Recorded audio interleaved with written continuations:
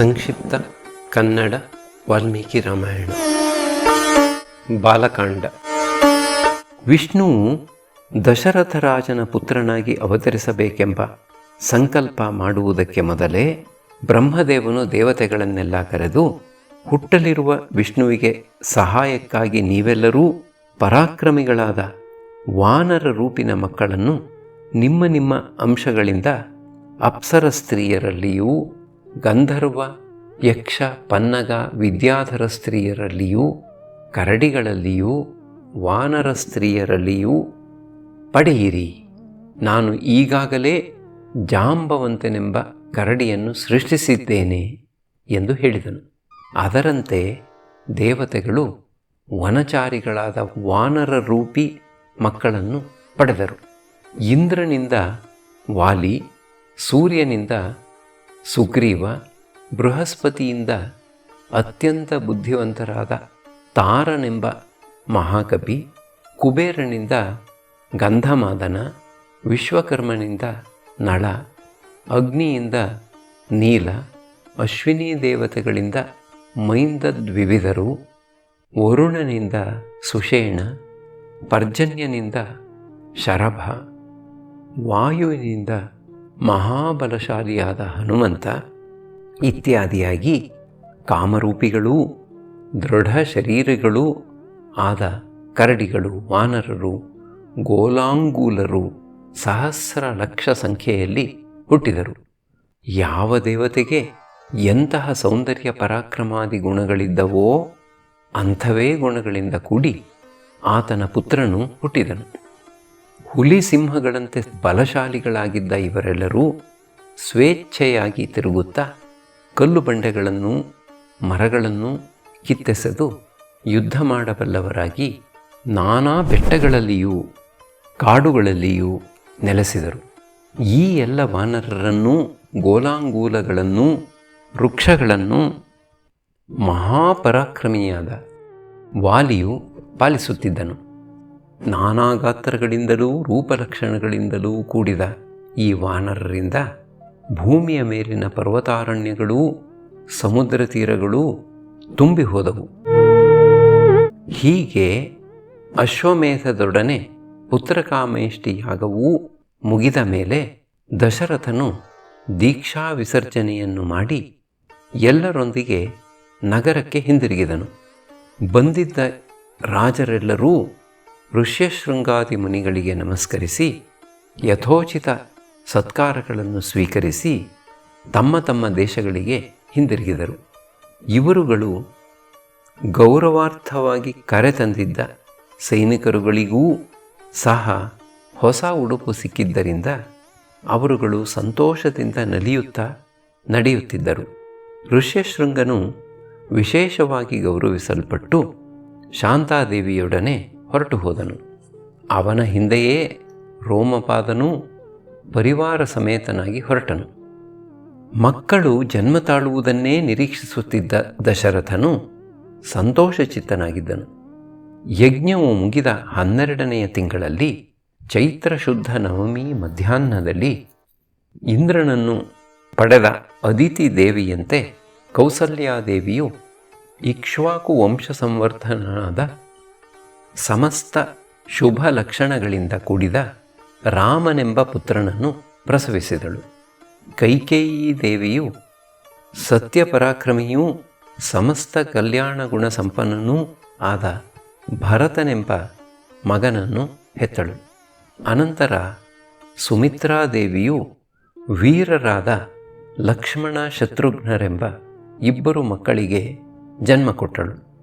ವಿಷ್ಣುವು ಹೀಗೆ ಅವತರಿಸಲಾಗಿ ಗಂಧರ್ವರು ಗಾನ ಮಾಡಿದರು, ಅಪ್ಸರಸಿಯರು ನರ್ತಿಸಿದರು, ದೇವದುಂದುಬೆಗಳು ಮೊಳಗಿದವು, ಆಕಾಶದಿಂದ ಪುಷ್ಪವೃಷ್ಟಿಯಾಯಿತು.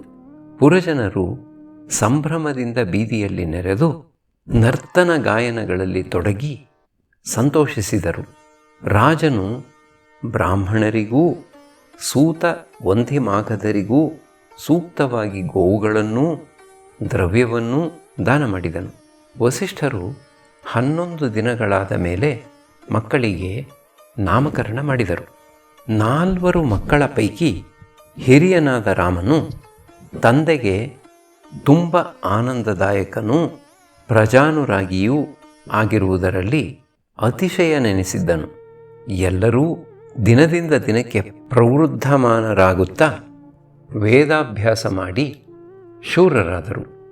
ಎಲ್ಲರೂ ತೇಜಸ್ವಿಗಳೂ ಗುಣವಂತರೂ ಆಗಿದ್ದರೂ ರಾಮನು ಸಮಸ್ತರಿಗೂ ತುಂಬ ಪ್ರಿಯನಾಗಿದ್ದನು. ಗಜಾರೋಹಣ, ಅಶ್ವವಿದ್ಯೆ, ಧನುರ್ವಿದ್ಯೆ, ರಥ ಸಾರಥ್ಯ ಮುಂತಾದ ಎಲ್ಲದರಲ್ಲಿಯೂ ಮುಂದು ಎನಿಸಿಕೊಂಡನು. ಅಕ್ಕರೆಯಿಂದ ತಂದೆ ತಾಯಿಗಳ ಶುಶ್ರೂಷೆ ಮಾಡುತ್ತಿದ್ದನು. ಲಕ್ಷ್ಮಣನು ಬಾಲ್ಯದಿಂದಲೇ ರಾಮನ ಪಡಿ ನೆರಳಂತೆ ಅವನಿಗೆ ಆಪ್ತನಾಗಿದ್ದನು.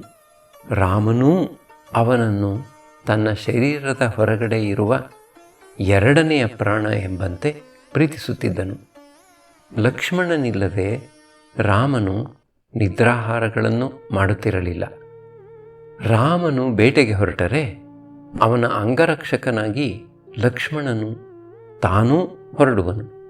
ಇವರಂತೆಯೇ ಭರತ ಶತ್ರುಘ್ನರೂ ಪರಸ್ಪರ ಅತಿಶಯ ಪ್ರೇಮವುಳ್ಳವರಾಗಿ ಒಬ್ಬರನ್ನೊಬ್ಬರು ಬಿಟ್ಟಿರುತ್ತಿರಲಿಲ್ಲ. ಈ 4 ಪ್ರೀತಿಯ ಮಕ್ಕಳೊಡನೆ ಇದ್ದ ದಶರಥನ ಸಂತೋಷಕ್ಕೆ ಪಾರವೇ ಇರಲಿಲ್ಲ. 4 ಮಕ್ಕಳೂ ಜ್ಞಾನಸಂಪನ್ನರು, ವಿನಯವಂತರು, ಲೌಕಿಕವನ್ನು ಬಲ್ಲ ದೀರ್ಘದರ್ಶಿಗಳು, ಸಕಲ ವಿದ್ಯಾಪಾರಂಗತರು, ಕೀರ್ತಿಶಾಲಿಗಳು ಆಗಿ ಬೆಳೆಯುತ್ತಿದ್ದರು.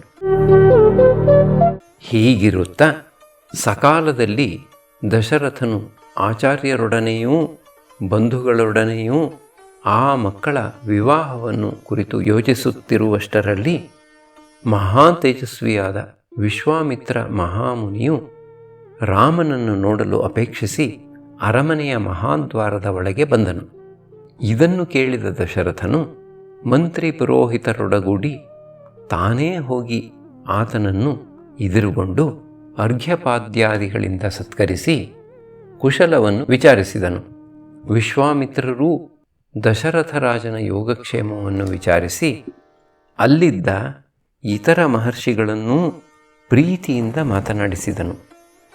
ಅರಮನೆಯೊಳಕ್ಕೆ ಹೋಗಿ ಉಚಿತಾಸನಗಳನ್ನು ಅಲಂಕರಿಸಿದ ಮೇಲೆ ರಾಜನು ವಿಶ್ವಾಮಿತ್ರನನ್ನು ಕುರಿತು, ತಮ್ಮ ಆಗಮನವು ನೀರಿಲ್ಲದ ಪ್ರದೇಶದಲ್ಲಿ ಮಳೆ ಬಿದ್ದಂತೆ, ಮಕ್ಕಳಿಲ್ಲದವರಿಗೆ ಮಕ್ಕಳಾದಂತೆ, ಕಳೆದು ಹೋದ ಅನರ್ಘ್ಯ ವಸ್ತುವು ಪುನಃ ದೊರಕಿದಂತೆ, ಅಪೂರ್ವವಾದ ಅಭ್ಯುದಯ ಕಾಲವು ಒದಗಿದಂತೆ ನನಗೆ ಸಂತೋಷವನ್ನು ತಂದಿದೆ.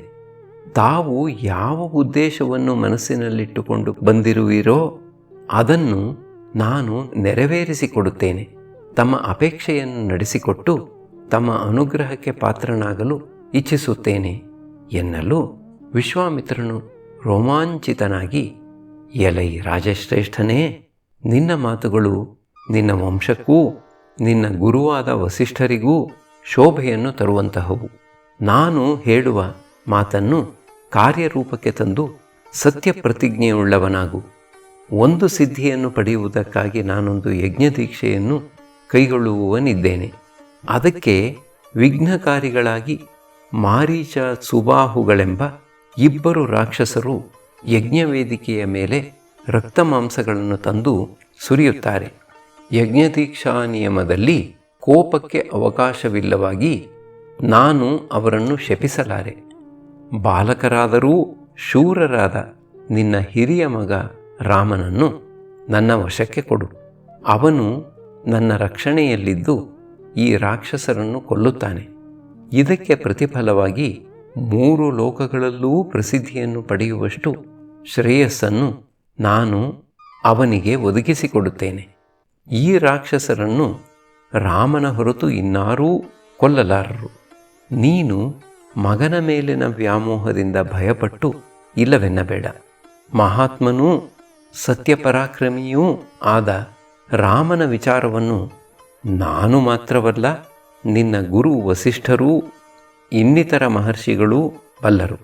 ಮಂತ್ರಿಗಳೊಡನೆ ಸಮಾಲೋಚಿಸಿ 10 ರಾತ್ರಿಗಳವರೆಗೆ ರಾಮನನ್ನು ಯಜ್ಞಕ್ಕೋಸ್ಕರ ಕಳುಹಿಸಿಕೊಡು. ಸಂದೇಹಿಸಿ ಶೋಕ ಪಡಬೇಡ, ನಿನಗೆ ಮಂಗಳವಾಗಲಿ ಎಂದನು. ಋಷಿಯ ಈ ಎದೆಯೊಡೆಯುವಂತಹ ಮಾತನ್ನು ಕೇಳಿ ದಶರಥನು ಸಿಂಹಾಸನದ ಮೇಲೆ ಕುಳ್ಳಿರಲಾರದೆ ಅಲ್ಲಿಂದ ಎದ್ದು ಹೊರಟು ಹೋದನು. ಸ್ವಲ್ಪ ಕಾಲ ಪ್ರಜ್ಞೆ ತಪ್ಪಿದವನಂತಿದ್ದು ಅನಂತರ ಚೇತರಿಸಿಕೊಂಡ ದಶರಥನು, ರಾಜೀವಲೋಚನನಾದ ನನ್ನ ರಾಮನಿಗೆ ಇನ್ನೂ 16 ವರ್ಷಗಳಾಗಿಲ್ಲ, ರಾಕ್ಷಸರೊಡನೆ ಯುದ್ಧ ಮಾಡಲು ಅವನಿಂದ ಆಗದು. ಇದೋ ಒಂದು ಅಕ್ಷೋಹಿಣಿ ಸೈನ್ಯವನ್ನು ತೆಗೆದುಕೊಂಡು ನಾನೇ ಸ್ವತಃ ನಿನ್ನೊಡನೆ ಬಂದು ನನ್ನ ಪ್ರಾಣಗಳನ್ನು ಪಣವಾಗಿಟ್ಟು ಆ ರಾಕ್ಷಸರೊಡನೆ ಯುದ್ಧ ಮಾಡುವೆನು. ಆದರೆ ರಾಮನನ್ನು ಮಾತ್ರ ಕರೆದುಕೊಂಡು ಹೋಗಬೇಡಿ, ಅವನಿನ್ನೂ ಬಾಲಕ, ಧನುರ್ವಿದ್ಯೆಯನ್ನು ಪೂರ್ಣವಾಗಿ ಕಲಿತಿಲ್ಲ, ಅಸ್ತ್ರಬಲವನ್ನು ಇನ್ನೂ ಪಡೆದಿಲ್ಲ. ರಾಕ್ಷಸರೋ ಮಾಯಾಯುದ್ಧದಲ್ಲಿ ನಿಪುಣರು. ಆದ್ದರಿಂದ ರಾಮನು ಅವರೊಡನೆ ಯುದ್ಧ ಮಾಡಲಾರ. ರಾಮನನ್ನು ಅಗಲಿ ನಾನು ಮುಹೂರ್ತ ಕಾಲ ಕೂಡ ಜೀವಿಸಿರಲಾರೆ. ಒಂದು ವೇಳೆ ನೀವು ಅವನನ್ನು ಕರೆದೊಯ್ಯಲೇಬೇಕು ಎನ್ನುವುದಾದರೆ ಚತುರಂಗ ಸೈನ್ಯ ಸಮೇತನಾಗಿ ಬರುವ ನನ್ನನ್ನೂ ಜೊತೆಗೆ ಕರೆದುಕೊಂಡು ಹೋಗಿರಿ. ಬಹುಕಾಲದ ನಂತರ ಬಹು ಪ್ರಯಾಸದಿಂದ ಹುಟ್ಟಿದ ರಾಮನನ್ನು ಕಂಡರೆ ನನಗೆ ಬಹಳ ಪ್ರೀತಿ. ಅದರಡಿ ಆ ರಾಕ್ಷಸರ ಪರಾಕ್ರಮವೆಂಥದು? ಅವರು ಯಾರು? ಅವರನ್ನು ರಕ್ಷಿಸುವವರು ಆರು? ಕಪಟ ಯುದ್ಧವನ್ನು ಮಾಡುವ ಅವರನ್ನು ರಾಮನಾಗಲಿ ನಾನಾಗಲಿ ನನ್ನ ಸೈನ್ಯವಾಗಲಿ ಹೇಗೆ ಎದುರಿಸಬಹುದು ತಿಳಿಸಿ. ದುಷ್ಟ ಸ್ವಭಾವವುಳ್ಳ ಅವನೊಡನೆ ನಾನು ಹೇಗೆ ತಾನೇ ಯುದ್ಧ ಮಾಡಬಲ್ಲೆನೆಂದು ವಿಷದಪಡಿಸಿ ಎಂದನು. ಅದಕ್ಕೆ ಆ ವಿಶ್ವಾಮಿತ್ರನು, ಪುಲಸ್ತ್ಯ ಬ್ರಹ್ಮನ ವಂಶದಲ್ಲಿ ಹುಟ್ಟಿದ ರಾವಣನೆಂಬ ರಾಕ್ಷಸನಿರುವನು. ಅವನು ಬ್ರಹ್ಮನ ವರದಿಂದ ಕೊಬ್ಬಿ ಬಹುಸಂಖ್ಯಾತ ರಾಕ್ಷಸ ಪರಿವಾರವುಳ್ಳವನಾಗಿ 3 ಲೋಕಗಳನ್ನೂ ಬಾಧಿಸುತ್ತಿರುವನು. ಕುಬೇರನಿಗೆ ತಮ್ಮನೂ ವಿಶ್ರವಸು ಎಂಬ ಋಷಿಯ ಮಗನೂ ಆಗಿರುವ ಮಹಾಪರಾಕ್ರಮಿಯಾದ ಇವನು ತಾನೇ ಬರಲು ವ್ಯವಧಾನವಿರದಿದ್ದರೆ ಯಜ್ಞವನ್ನು ಕೆಡಿಸಲು ಮಾರೀಚ ಸುಬಾಹುಗಳೆಂಬ ತನ್ನ 2 ಅನುಯಾಯಿಗಳನ್ನು ಕಳಿಸುತ್ತಾನೆ ಎನ್ನಲು ರಾಜನು ಅಂತಹ ದುರಾತ್ಮನಾದ ರಾವಣನ ಎದುರಿಗೆ ನಿಲ್ಲಲು ನಾವು ಯಾರೂ ಶಕ್ತರಲ್ಲ. ಎಲೈ ಧರ್ಮಜ್ಞನೇ, ನನ್ನ ಮಗನ ಮೇಲೆ ದಯೆಯಿಡು. ಅಲ್ಪಭಾಗ್ಯನಾದ ನನಗೆ ನೀನೇ ದೇವರು, ನೀನೇ ಗುರುವು. ಏನೇ ಆಗಲಿ ನಾನು ಕೇವಲ ಬಾಲಕನಾದ ನನ್ನ ಮಗನನ್ನು ನಿನಗೆ ಕೊಡಲಾರೆನು. ಆ 2 ರಾಕ್ಷಸರಲ್ಲಿ ಹೇಗೋ ಒಬ್ಬನನ್ನು ಮಾತ್ರವೇ ಎದುರಿಸುವುದಾಗಿದ್ದರೆ ನಾನು ನನ್ನ ಪರಿವಾರವನ್ನೂ ಗೆಳೆಯರನ್ನೂ ಕೂಡಿಕೊಂಡು ಯುದ್ಧ ಮಾಡಲು ಬರುತ್ತಿದ್ದೆ ಎಂದನು. ಪುತ್ರ ವ್ಯಾಮೋಹದಿಂದ ದುಃಖಿಸುತ್ತಾ ನುಡಿದ ರಾಜನ ಮಾತುಗಳಿಂದ ಕೋಪಗೊಂಡ ವಿಶ್ವಾಮಿತ್ರನು, ರಾಜನೇ, ಮೊದಲು ನಾನು ಬಂದ ಕಾರ್ಯವನ್ನು ಮಾಡಿಕೊಡುತ್ತೇನೆಂದು ಪ್ರತಿಜ್ಞೆ ಮಾಡಿ ಈಗ ಇಲ್ಲವೆನ್ನುತ್ತಿರುವೆಯಾ? ಇದು ರಘುವಂಶದ ರಾಜನಿಗೆ ಶೋಭಿಸುವಂಥದ್ದಲ್ಲ. ಮಾತಿಗೆ ತಪ್ಪಿದವನೆನ್ನಿಸಿಕೊಂಡು ನೀನು ನಿನ್ನ ಬಂಧುಗಳೊಡನೆ ಸುಖವಾಗಿರು, ನಾನು ಹೋಗುವೆನು ಎಂದನು. ವಿಶ್ವಾಮಿತ್ರನ ಕೋಪದಿಂದ ಭೂಮಿ ನಡುಗಿತು, ದೇವತೆಗಳು ಭಯಪಟ್ಟರು. ಇದನ್ನು ನೋಡಿ ಪುರೋಹಿತನಾದ ವಸಿಷ್ಠನು ಧೈರ್ಯದಿಂದ ರಾಜನನ್ನು ಕುರಿತು, ಇಕ್ಷ್ವಾಕು ವಂಶದಲ್ಲಿ ಹುಟ್ಟಿರುವ ನೀನು ಧರ್ಮವನ್ನು ತ್ಯಜಿಸುವುದು ಸರಿಯಲ್ಲ. ಮಾತು ಕೊಟ್ಟು ತಪ್ಪಿದವನಿಗೆ ಯಜ್ಞಯಾಗಾದಿ ಸತ್ಕರ್ಮ ಫಲವೆಲ್ಲ ನಾಶವಾಗಿ ಹೋಗುವುದು. ಆದ್ದರಿಂದ ರಾಮನನ್ನು ಕಳುಹಿಸಿಕೊಡು. ವಿಶ್ವಾಮಿತ್ರನಿರುವಾಗ ಅವನಿಗೆ ರಾಕ್ಷಸರು ಏನೂ ಮಾಡಲಾರರು. ವಿಶ್ವಾಮಿತ್ರನಿಗೆ ತಿಳಿದಿರುವಷ್ಟು ಅಸ್ತ್ರಗಳನ್ನು ಲೋಕದಲ್ಲಿ ಇನ್ನು ಯಾರೂ ತಿಳಿದಿಲ್ಲ. ಅಷ್ಟಲ್ಲದೆ ಅವನು ಅಪೂರ್ವವಾದ ಅಸ್ತ್ರಗಳನ್ನು ಸೃಷ್ಟಿಸಬಲ್ಲ ಶಕ್ತಿಯುಳ್ಳವನು. ರಾಕ್ಷಸರನ್ನು ಕೊಲ್ಲಲು ತಾನೇ ಸಮರ್ಥನಾಗಿದ್ದರೂ ನಿನ್ನ ಮಗನ ಯಶಸ್ಸಿಗಾಗಿ ಹಿತಕ್ಕಾಗಿ ಮಾತ್ರವೇ ನಿನ್ನನ್ನು ಕೇಳುತ್ತಿರುವನು. ಆದ್ದರಿಂದ ಅನುಮಾನಿಸದೆ ರಾಮನನ್ನು ಕಳುಹಿಸು ಎನ್ನಲು ದಶರಥನ ಮನಸ್ಸಿಗೆ ಸಮಾಧಾನವಾಯಿತು. ಧೈರ್ಯ ಬಂದಿತು. ಕವಿದುಕೊಂಡಿದ್ದ ಮೋಹದ ಮೋಡವು ಮರೆಯಾಯಿತು. ಅವನು ವಿಶ್ವಾಮಿತ್ರನ ಪಾದಗಳಿಗೆ ಎರಗಿ, ಮುನಿವರ್ಯ, ಮಗನ ಮೇಲಿನ ಕುರುಡು ಪ್ರೀತಿಯಿಂದಾಗಿ ನಾನಾಡಿದ ಮಾತನ್ನು ದಯವಿಟ್ಟು ಕ್ಷಮಿಸಬೇಕು.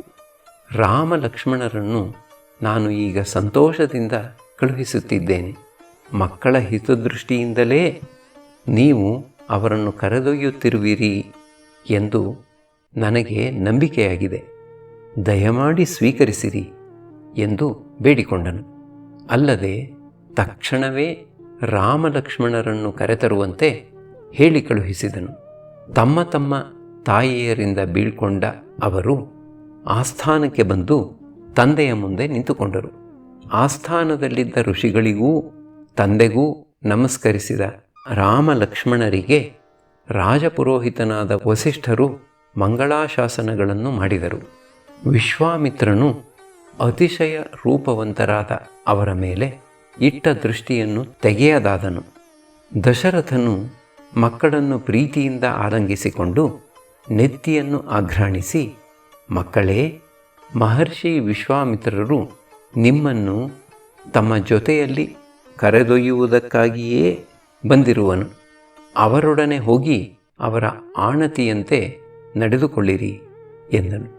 ಮರುನುಡಿಯದೆ ರಾಮಲಕ್ಷ್ಮಣರು ವಿಶ್ವಾಮಿತ್ರನ ಜೊತೆಯಲ್ಲಿ ಧನುರ್ಧಾರಿಗಳಾಗಿ ಹೊರಟರು. ಒಡನೆಯೇ ದೇವದುಂದುಭಿಗಳು ಮೊಳಗಿದವು. ಆಕಾಶದಿಂದ ಪುಷ್ಪವೃಷ್ಟಿಯಾಯಿತು. ಗಾಳಿಯು ಹಿತವಾಗಿ ಬೀಸಲಾರಂಭಿಸಿತು. ವಸಿಷ್ಠರು, ನಾನು ಹೇಳಲಿಲ್ಲವೇ, ವಿಶ್ವಾಮಿತ್ರನು ಬಂದಿರುವುದು ರಾಜಕುಮಾರರಿಗೆ ಒಳ್ಳೆಯದನ್ನು ಮಾಡುವುದಕ್ಕೆ ಎಂದು ಎಂಬಂತೆ ದಶರಥನ ಕಡೆಗೆ ನೋಡಿದನು.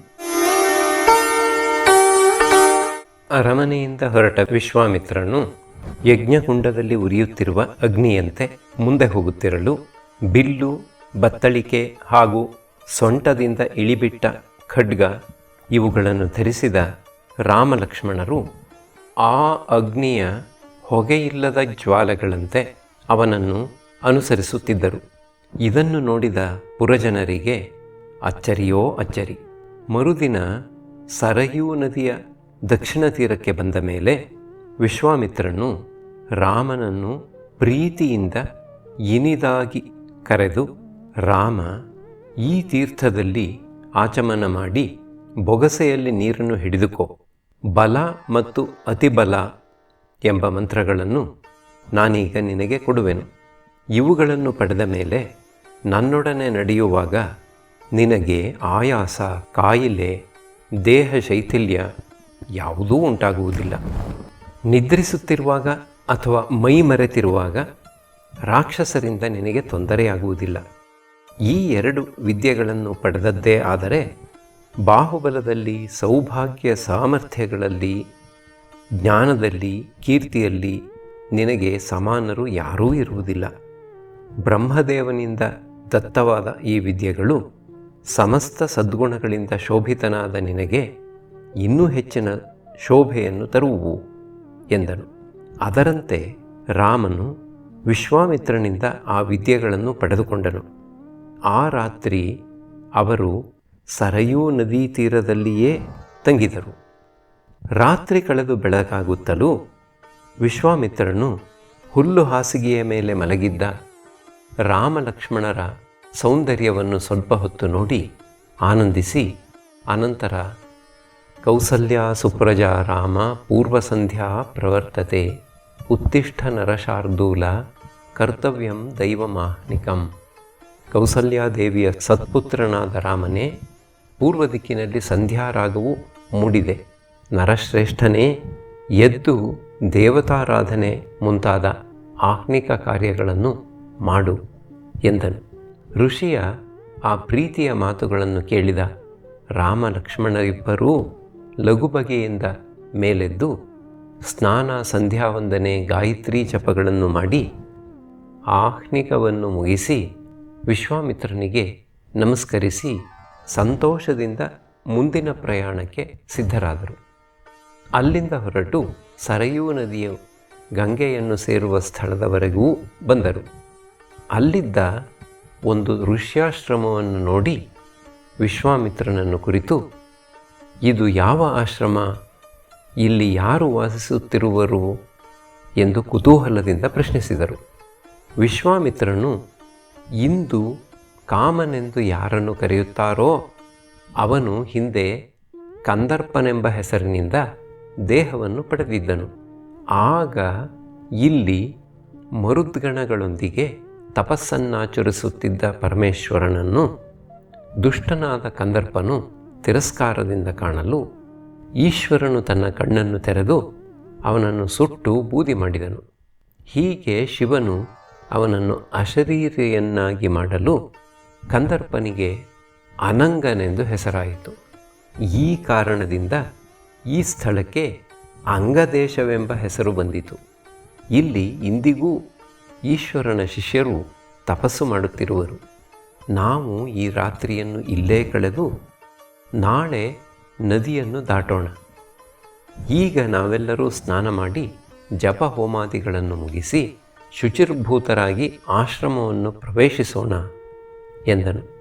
ಅಷ್ಟರಲ್ಲಿ ಇವರು ಬಂದಿರುವುದನ್ನು ತಿಳಿದ ಅಲ್ಲಿಯ ಋಷಿಗಳು ಬಂದು ಅರ್ಘ್ಯಪಾದ್ಯಾದಿಗಳಿಂದ ಅರ್ಚಿಸಿ ಅತಿಥಿ ಸತ್ಕಾರಕ್ಕಾಗಿ ಕರೆದೊಯ್ದರು. ಆ ದಿನ ಅಲ್ಲೇ ತಂಗಿದ ರಾಮಲಕ್ಷ್ಮಣರು ವಿಶ್ವಾಮಿತ್ರನು ಹೇಳಿದ ಮನೋಹರವಾದ ಕಥೆಗಳನ್ನು ಕೇಳುತ್ತಾ ರಾತ್ರಿ ಆನಂದದಿಂದ ಕಾಲ ಕಳೆದರು.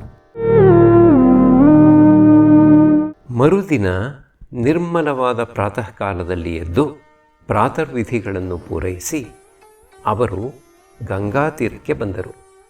ಅಲ್ಲಿ ಋಷಿಗಳು ತರಿಸಿಟ್ಟಿದ್ದ ನಾವೆಯನ್ನು ಹತ್ತಿ ಗಂಗಾ ನದಿಯನ್ನು ದಾಟಿದರು. ನದಿಯ ಮಧ್ಯದಲ್ಲಿ ತರಂಗವಾಗಿ ಬರುತ್ತಿದ್ದ ಶಬ್ದವನ್ನು ಕುರಿತು ರಾಮನು ಇದೇನೆಂದು ಕೇಳಲು ವಿಶ್ವಾಮಿತ್ರನು ಪೂರ್ವದಲ್ಲಿ ಬ್ರಹ್ಮನು ಕೈಲಾಸ ಪರ್ವತದಲ್ಲಿ ತನ್ನ ಮನಸ್ಸಿನಿಂದ ಒಂದು ಸರೋವರವನ್ನು ಸೃಷ್ಟಿಸಿದನು. ಅದಕ್ಕೆ ಮಾನಸ ಸರೋವರವೆಂದೇ ಹೆಸರು. ಆ ಸರಸ್ಸಿನಲ್ಲಿ ಹುಟ್ಟಿದ ಈ ಸರಯೂ ನದಿಯು ಅಲ್ಲಿಂದ ಕೆಳಗಿಳಿದು ಹರಿಯುತ್ತಾ ಅಯೋಧ್ಯೆಯನ್ನು ಸುತ್ತಿಕೊಂಡು ಇಲ್ಲಿಯವರೆಗೆ ಬಂದಿದೆ. ಇಲ್ಲಿ ಅದು ಗಂಗಾ ನದಿಯೊಂದಿಗೆ ಸಂಗಮವಾಗುತ್ತಿರುವ ಶಬ್ದವೇ ಇದು ಎಂದನು. ಆ ಪುಣ್ಯ ನದಿಗಳಿಗೆ ನಮಸ್ಕರಿಸಿದ ಅವರು ದಕ್ಷಿಣ ತೀರಕ್ಕೆ ಬಂದು ಸೇರಿದರು. ಅಲ್ಲಿದ್ದ ಘೋರಾರಣ್ಯವನ್ನು ಕಂಡ ರಾಮನು ಇದಾವ ಅರಣ್ಯ ಎಂದು ಕೇಳಲು ವಿಶ್ವಾಮಿತ್ರನು ಹಿಂದೆ ಇಲ್ಲಿ ದೇವತೆಗಳಿಂದ ನಿರ್ಮಿತವಾದ 2 ದೇಶಗಳಿದ್ದವು. ವೃತ್ರಾಸುರನನ್ನು ಕೊಂದುದರಿಂದ ಇಂದ್ರನಿಗೆ ಬ್ರಹ್ಮಹತ್ಯಾ ದೋಷವೂ ಮಹತ್ತರವಾದ ಹಸಿವೂ ಅಂಟಿಕೊಂಡವು. ದೇವತೆಗಳೂ ಋಷಿಗಳೂ ಅವನನ್ನು ಪುಣ್ಯತೀರ್ಥಗಳನ್ನು ತಂದು ಇಲ್ಲಿ ಸ್ನಾನ ಮಾಡಿಸಿ ಆ ದೋಷಗಳನ್ನು ಕಳೆದರು.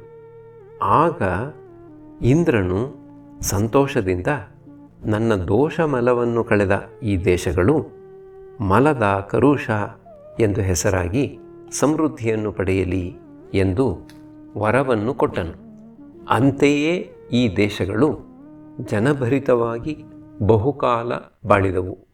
ಆಗ ಸುಕೇತುವೆಂಬ ಯಕ್ಷನಿಗೆ ಬ್ರಹ್ಮದೇವನ ವರದಿಂದ ತಾಟಕಿ ಎಂಬ 10,000 ಆನೆಗಳ ಬಲವುಳ್ಳ ಮಗಳೊಬ್ಬಳು ಹುಟ್ಟಿದಳು.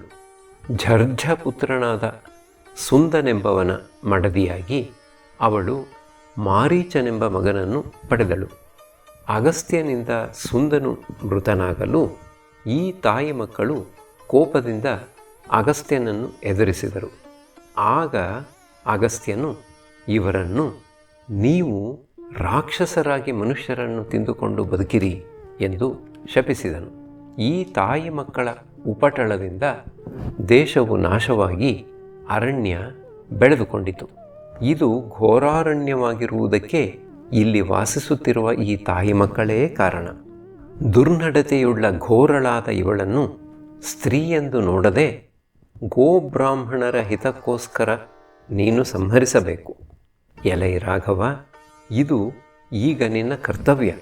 ನಿನ್ನ ಹೊರತು ಈ ಕೆಲಸವನ್ನು ಇನ್ನು ಯಾರೂ ಮಾಡಲಾರರು.